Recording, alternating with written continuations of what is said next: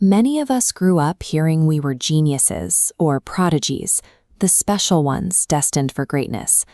Today, that same destiny feels more like a source of shame. You remember the easy A's, the impressed teachers, and the pride in your parents' eyes. Early signals suggested you were built for a different world, but the present reality is defined by stagnation. You carry a constant, heavy guilt for failing to meet expectations that you never even set for yourself. This friction exists because the adult world was designed for functional people, not brilliant ones. It rewards the ability to follow a process over the ability to perceive its flaws. In childhood, intelligence stopped being a simple trait and became your entire identity. Your worth as a person became inseparable from your performance. These tests and evaluations taught you a silent, painful lesson. You only deserve love and admiration if you continue to be exceptional. Philosopher Arthur Schopenhauer argued humans are driven by a will to live, a blind impulse to survive. For most, this drive is satisfied by basic security. Schopenhauer also noted that higher intelligence inevitably leads to greater suffering. Because your identity was built on being special, your biological will to live became a will to be extraordinary. You don't just want to exist. You feel a desperate, constant need to justify your existence through achievement. This burnout is the predictable consequence of a mind that sees the emptiness of modern status, yet still feels a primal demand to achieve it.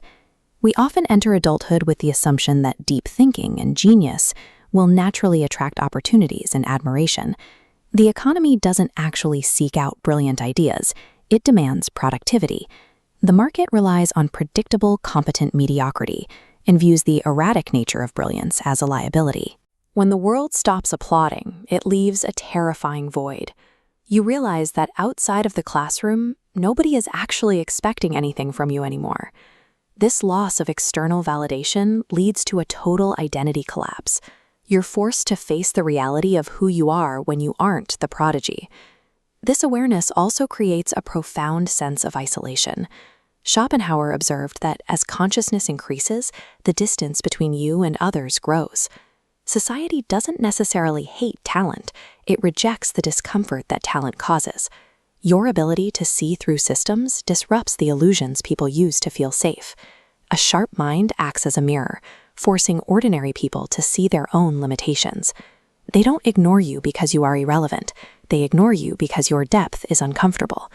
Expecting the world to reward your intellectual depth is like expecting the ocean to treat you kindly. The ocean is indifferent to your skill. The final barrier is the inability to start.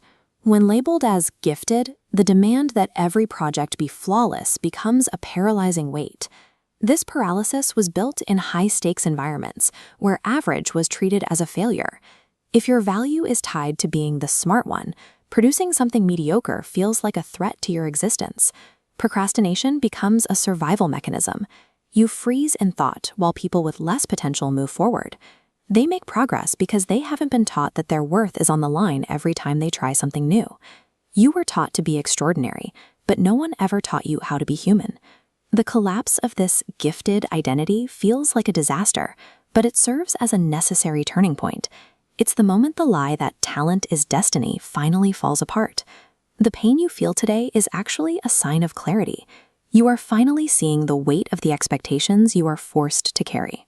The solution isn't to try and shine again. It's to realize that you don't need to be extraordinary to have a meaningful life. You survived your own childhood mythology. You are finally free to put down the burden of being the smart kid.